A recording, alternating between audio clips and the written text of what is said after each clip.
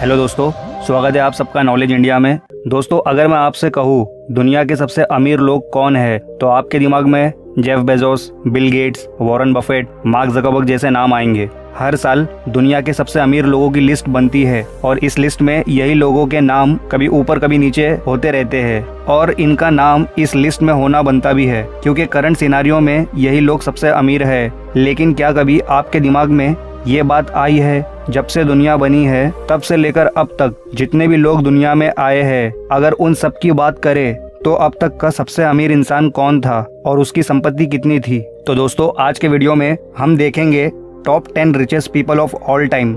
इनकी दौलत के आगे आज के बिलियनर्स कुछ भी नहीं है।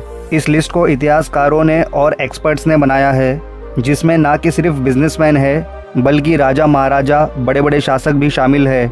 दोस्तों, आपसे एक रिक्वेस्ट है, इस वीडियो को आखिर तक जरूर देखें। एंड में इस वीडियो से रिलेटेड कुछ एक्स्ट्रा इन्फॉर्मेशन भी है आपके लिए। तो चलिए बिना वक्त गवाए शुरू करते हैं वीडियो को। और अगर आपने इस चैनल को सब्सक्राइब नहीं किया है तो कर लो और बगल वाले बेल आइकन को भी ऑन कर देना। 10th पोजीशन पर है हेनरी फोर्ड। हेनरी फोर्ड का जीवन काल 30 जुलाई 1863 से 7 अप्रैल 1947 तक था। हेनरी एक अमेरिकन इंडस्ट्रियलिस्ट और बिजनेस मैग्नेट थे और ये फोर्ड मोटर कंपनी के फाउंडर भी थे। हेनरी अपनी कंपनी के प्रोडक्शन में चीफ डेवलपर थे असेंबली लाइन टेक्निक के। उस जमाने में कार सिर्फ कुछ चुनिंदा अमीर लोगों के पास ही हुआ करती थी। हर कोई कार को अफोर्ड नहीं कर सकता था, लेकिन हेनरी की फोर्ड मोटर कंपनी ने पहली ऐसी गाड़ी बनाई जिसे मिडिल क्लास अमेरिकन भी अफोर्ड कर सकते थे। हेनरी के ऐसा करने से अमेरिका के सड़कों की काया ही पलट गई। हर तरफ गाड़ियां दिखने लगी और फोर्ड मोटर कंपनी गाड़ियों का बहुत हाई लेवल मास प्रोडक्शन करने लगी, जिससे हेनरी फोर्ड बहुत अमीर बन गए और पूरी दुनिया में प्रसिद्ध हो गए। फिर कुछ वक्त बाद फोर्ड मोटर कंपनी ने मॉडल टी लॉन्च किया, जिसने ट्रांसपोर्टेशन इंडस्ट्री में तहलका मचा दिया। फिर इससे हेनरी फोर्ड और अमीर बने। अगर आज के वक्त के हिसाब से देखा जाए तो उस वक्त हेनरी फोर्ड का नेटवर्थ था 200 बिलियन US डॉलर्स। अगर भारतीय रुपए में देखें तो लगभग 15 लाख करोड़ रुपए होते हैं। 9th पोजीशन पर है बेसिल सेकंड। बेसिल सेकंड का जीवन काल 958 से 15 दिसंबर 1025 तक था। बेसिल एक एम्परर थे। आज के वक्त में टर्की का जो कैपिटल है इस्तांबुल, किसी जमाने में इस शहर का नाम कॉन्स्टेंटिनोपल हुआ करता था। ऑटोमन साम्राज्य से पहले बाइजेंटाइन साम्राज्य की हुकूमत हुआ करती थी कॉन्स्टेंटिनोपल पर, और कॉन्स्टेंटिनोपल बाइजेंटाइन अम्पायर का कैपिटल हुआ करता था, जहां का राजा बेसिल सेकंड था। बेसिल सेकंड ने करीब 50 साल तक राज किया और वो अपने वक्त का सबसे अमीर राजा था। अगर आज के हिसाब से देखें तो बेसिल सेकंड का नेटवर्थ था 210 बिलियन US डॉलर्स, जो भारतीय रुपए में होते हैं करीब 15,75,000 करोड़ रुपए। 8th पोजीशन पर है कॉर्नेलियस वेंडरबिल्ट। वेंडरबिल्ट का जीवन काल 27 मई 1794 से 14 जनवरी 1877 तक था। कॉर्नेलियस वेंडरबिल्ट एक अमेरिकन बिजनेस मैग्नेट थे, जिन्होंने अपनी दौलत रेल रोड और शिपिंग के बिजनेस से बनाई थी। वेंडरबिल्ट अपने पिता का बिजनेस संभाल रहे थे, इनलैंड वाटर ट्रेड का। इन्होंने इस बिजनेस को बहुत बड़ा कर दिया था। उस वक्त रेल रोड इंडस्ट्री बहुत तेजी से उभर रही थी, तो वेंडरबिल्ट ने रेल रोड इंडस्ट्री में इन्वेस्ट करने का सोचा और इन्वेस्ट कर भी दिया। देखते ही देखते वेंडरबिल्ट ने न्यूयॉर्क सेंट्रल रेल रोड को ओन कर लिया। रेल रोड इंडस्ट्री और शिपिंग में वेंडरबिल्ट के बराबर कोई भी नहीं था। अगर आज के हिसाब से देखा जाए तो उस वक्त कॉर्नेलियस वेंडरबिल्ट का नेटवर्थ था 215 बिलियन US डॉलर्स, जो भारतीय रुपए में होते हैं लगभग 16,12,500 करोड़ रुपए। 7th पोजीशन पर है मीर उस्मान अली खान, निजाम ऑफ हैदराबाद, इंडिया। उस्मान अली खान का जीवन काल 6 अप्रैल 1886 से 24 फरवरी 1967 तक था, जिसमें से उस्मान अली खान 37 साल अपनी राजगद्दी पर बैठ पाए। फिर भारत देश आज़ाद हो गया। वह हैदराबाद के आखिरी निजाम रहे। मीर उस्मान अली खान अपने वक्त के दुनिया के सबसे अमीर इंसान थे, जिसके लिए 1937 में USA की फेमस टाइम मैगजीन के कवर पर उन्हें फीचर भी किया गया था। उस्मान अली खान की रईसी इस कदर थी कि एक जैकब नाम का डायमंड, जो अब तक का दुनिया का 5वां सबसे बड़ा हीरा है, इस हीरे की कीमत 40 मिलियन डॉलर्स है, भारतीय रुपए में लगभग 300 करोड़ रुपए। ये हीरा निजाम की ज्वेलरी का एक मामूली सा हिस्सा था, जिसे निजाम अपनी टेबल पर रखते थे और पेपर वेट के तौर पर इस्तेमाल करते थे। इसके अलावा निज़ाम के कार कलेक्शन में 50 रोल्स रॉयस गाड़ियां थी और देखभाल के लिए 300 नौकर थे। निज़ाम ने अपने शासनकाल में हैदराबाद में इलेक्ट्रिसिटी का निर्माण किया, रेलवेज, रोड्स और एयरपोर्ट भी बनवाए। निज़ाम अपना पैसा एजुकेशन सेक्टर में ज़्यादा खर्च करते थे, इसलिए यूनिवर्सिटीज़ और हॉस्पिटल्स भी बनवाए निज़ाम ने। अगर आज के हिसाब से देखा जाए तो उस वक्त मीर उस्मान अली खान का नेटवर्थ 236 बिलियन यूएस डॉलर्स था। अगर भारतीय रुपए में देखें तो लगभग 17,70,000 करोड़ रुपए होते हैं। लेकिन Guinness book of world record का कहना है कि मीर उस्मान अली खान का नेटवर्थ 750 बिलियन यूएस डॉलर्स था।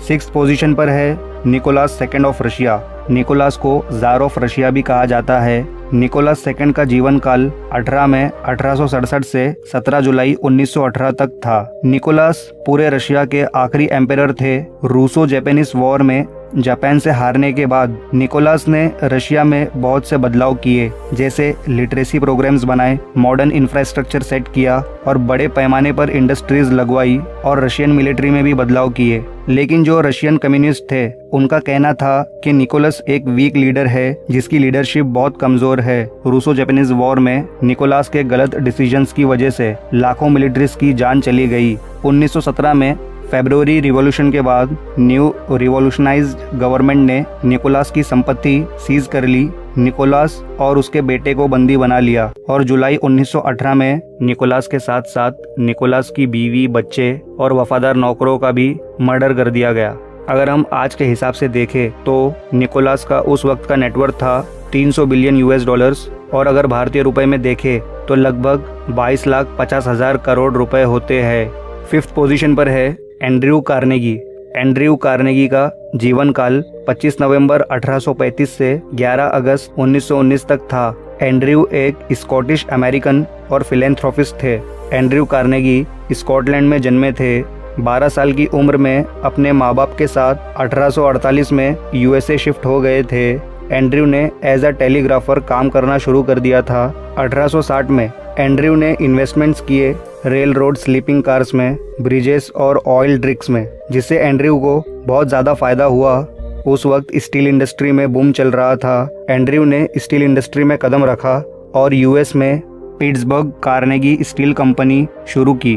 देखते ही देखते ये कंपनी बहुत बड़ी बन गई। एंड्रयू ने 1901 में जेपी मॉर्गन को ये कंपनी बेच दी, जो आज यूएस स्टील कॉरपोरेशन है। कार्नेगी स्टील कंपनी बेचने के बाद बहुत ज़्यादा अमीर बन गए और उस वक्त के जो सबसे अमीर थे जॉन डी रॉकफेलर को भी 7 सालों के लिए पीछे कर दिया था। एंड्रयू यूएसए में और ब्रिटिश एम्पायर में सबसे लीडिंग फिलेंथ्रोपिस्ट बन गए। फिर एंड्रयू अपनी दौलत दान करने लगे। एंड्रयू ने एक बार में ही आज के हिसाब से 65 बिलियन यूएस डॉलर्स दान किए थे। धीरे धीरे एंड्रयू ने 90% अपनी दौलत दान कर दी। जब एंड्रयू कार्नेगी अपनी वेल्थ के पीक पर थे, उस वेल्थ को अगर आज के हिसाब से देखा जाए तो एंड्रयू का नेटवर्थ था 372 बिलियन यूएस डॉलर्स। अगर भारतीय रुपए में देखें तो लगभग 27,90,000 करोड़ रुपए होते हैं। 4th पोजीशन पर है जॉन डी रॉकफेलर। रॉकफेलर का जीवन काल 8 जुलाई 1839 से 23 मई 1937 तक था। जॉन एक अमेरिकन बिजनेस मैग्नेट और फिलेंथ्रोपिस्ट थे। जॉन डी रॉकफेलर को अब तक का सबसे अमीर अमेरिकन कहा जाता है। जॉन का जन्म एक लोअर मिडिल क्लास फैमिली में हुआ था। जॉन 16 साल की उम्र में असिस्टेंट बुक कीपर की जॉब करने लगे। वहाँ जॉन ने बुक्स पढ़ना शुरू कर दिया, जिससे अलग अलग फील्ड का नॉलेज मिला और बिजनेस का भी। जॉन ने 20 साल की उम्र में अलग अलग छोटे बिजनेस में पार्टनरशिप बना ली थी। देखते ही देखते जॉन अमीर होने लगे। फिर जॉन ने ऑयल रिफाइनिंग बिजनेस पर कंसंट्रेट करने का सोचा। 1870 में जॉन ने स्टैंडर्ड ऑयल कंपनी शुरू की और इस कंपनी को जॉन ने 1897 तक चलाया। जब वो कंपनी के साथ थे तब तक वो अपनी कंपनी के सबसे बड़े शेयर होल्डर थे। यूएसए का 90% ऑयल जॉन की स्टैंडर्ड ऑयल कंपनी में ही रिफाइन होता था, जिससे जॉन बहुत ही ज़्यादा अमीर बन गए थे। अगर आज के हिसाब से देखें तो उस वक्त जॉन डी रॉकफेलर का नेटवर्थ था 400 बिलियन यूएस डॉलर्स। अगर भारतीय रुपए में देखें तो लगभग 30 लाख करोड़ रुपए होते हैं। 3rd पोजीशन पर है मनसा मूसा फर्स्ट। मनसा मूसा का जीवन काल 1280 से 1337 तक था। मनसा का मतलब होता है सुल्तान या एम्पेरर। तो मूसा माली एम्पायर का 10वां सुल्तान था। माली वेस्ट अफ्रीका का एक देश है जब मंसा मूसा का राज माली पर था, तब माली देश दुनिया का सबसे ज़्यादा गोल्ड प्रोड्यूस करने वाला देश था। इसलिए उस वक्त मूसा से अमीर दुनिया में कोई नहीं था। मंसा मूसा की संपत्ति का पता तब चला जब मूसा मक्का के लिए अपनी हज यात्रा पर निकला।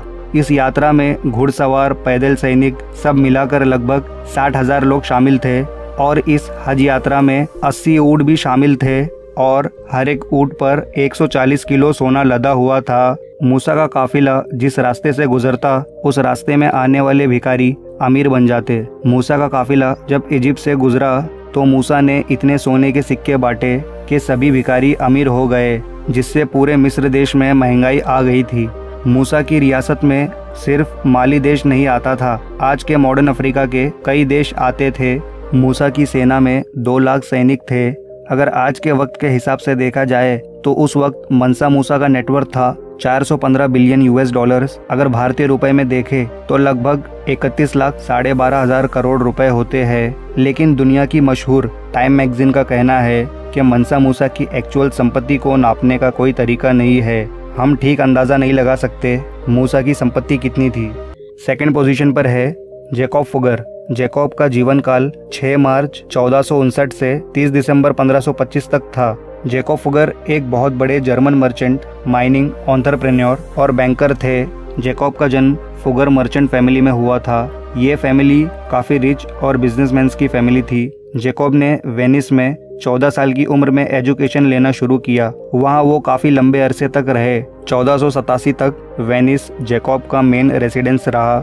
जैकब जब बिजनेस में आए तो अपना खानदानी बिजनेस देख रहे थे, लेकिन जब जैकब ने मार्केट में मेटल्स की बढ़ती मांग को देखा तो माइनिंग करने का सोचा और मेटल की माइनिंग करनी शुरू कर दी, स्पेशली कॉपर्स की। देखते ही देखते कुछ दशक में जैकब का कारोबार पूरे यूरोप में फैल गया और कुछ वक्त बाद लगभग पूरी दुनिया में, जिसकी वजह से जैकब अपने वक्त में हर जगह प्रसिद्ध हो गए थे अपने कारोबार और अपनी अमीरी के लिए। अगर आज के हिसाब से देखा जाए तो जैकब का उस वक्त का नेटवर्थ था 500 बिलियन $। अगर भारतीय रुपए में देखें तो लगभग 37,50,000 करोड़ रुपए होते हैं। इस लिस्ट की फर्स्ट पोजीशन पर है ऑगस्टस सीज़र। ऑगस्टस सीज़र का जीवन काल 63 BC से 14 AD तक था। ऑगस्टस सीज़र एक रोमन स्टेट्समैन और मिलिट्री लीडर थे जो आगे जाकर रोमन एम्पायर के पहले शासक बने और ये फर्स्ट रूलर थे जूलियो क्लाउडियन डायनेस्टी के। ऑगस्टस को इतिहास का अब तक का सबसे इफेक्टिव और कंट्रोवर्शियल लीडर माना जाता है। रोमन एम्पायर अपने वक्त का सबसे बड़ा साम्राज्य था। उस वक्त वर्ल्ड का जो GDP था, इस GDP का 30% रोमन एम्पायर से बनता था और रोमन एम्पायर का 1/5 GDP ऑगस्टस सीज़र का पर्सनल नेटवर्थ था। दोस्तों, इस लिस्ट में आपने जितने भी लोगों को देखा वो सारे बिलियनर्स थे। ऑगस्टस सीज़र का नेटवर्थ 4.6 ट्रिलियन $। था। दोस्तों, इतिहास की ये अब तक की सबसे ज़्यादा नेटवर्थ है। अगर अमेज़न के जेफ बेजोस की बात करें तो ये इस वक्त दुनिया के सबसे अमीर इंसान है। इस वक्त इनका करंट लेटेस्ट नेटवर्थ है 172 बिलियन $। ऑगस्टस सीज़र का नेटवर्थ इससे 26 गुना ज़्यादा था, जिससे आप अंदाज़ा लगा सकते हो कितना ज़्यादा ये नेटवर्थ था। अगर हम 4.6 ट्रिलियन $, को भारतीय रुपए में देखें तो लगभग 3 करोड़ 45 लाख करोड़ रुपए होते हैं। अब एक्स्ट्रा इन्फॉर्मेशन की बात करते हैं, लेकिन दोस्तों, इतिहासकारों और एक्सपर्ट्स का मानना है कि सिर्फ ऑगस्टस सीज़र ही ट्रिलियनर नहीं थे। ट्रिलियनर होने का पोटेंशियल और 3 शासकों में था, लेकिन इनकी संपत्ति के ज़्यादा एविडेंस ना मिलने के कारण ये लोग इस लिस्ट में नहीं है। पर लेकिन ऐसा कहा जाता है कि ये लोग भी ट्रिलियनर थे। Number 3 emperor Shenzong of China, number 2 king Solomon of Israel और नंबर 1 जंगेज खान। दोस्तों, अगर आपको ये वीडियो पसंद आया हो तो लाइक और शेयर ज़रूर करना और आपको ये वीडियो कैसा लगा नीचे कमेंट करके ज़रूर बताएं। और अगर आप इस चैनल पर नए हो तो चैनल को सब्सक्राइब करके बेल आइकन को ऑन ज़रूर करना, ताकि मेरे आने वाले ऐसे ही अमेजिंग वीडियोस आपको तुरंत मिल जाए। और थैंक यू सो मच इस वीडियो को यहाँ तक देखने के लिए। तो मिलते हैं नेक्स्ट वीडियो में। Good bye.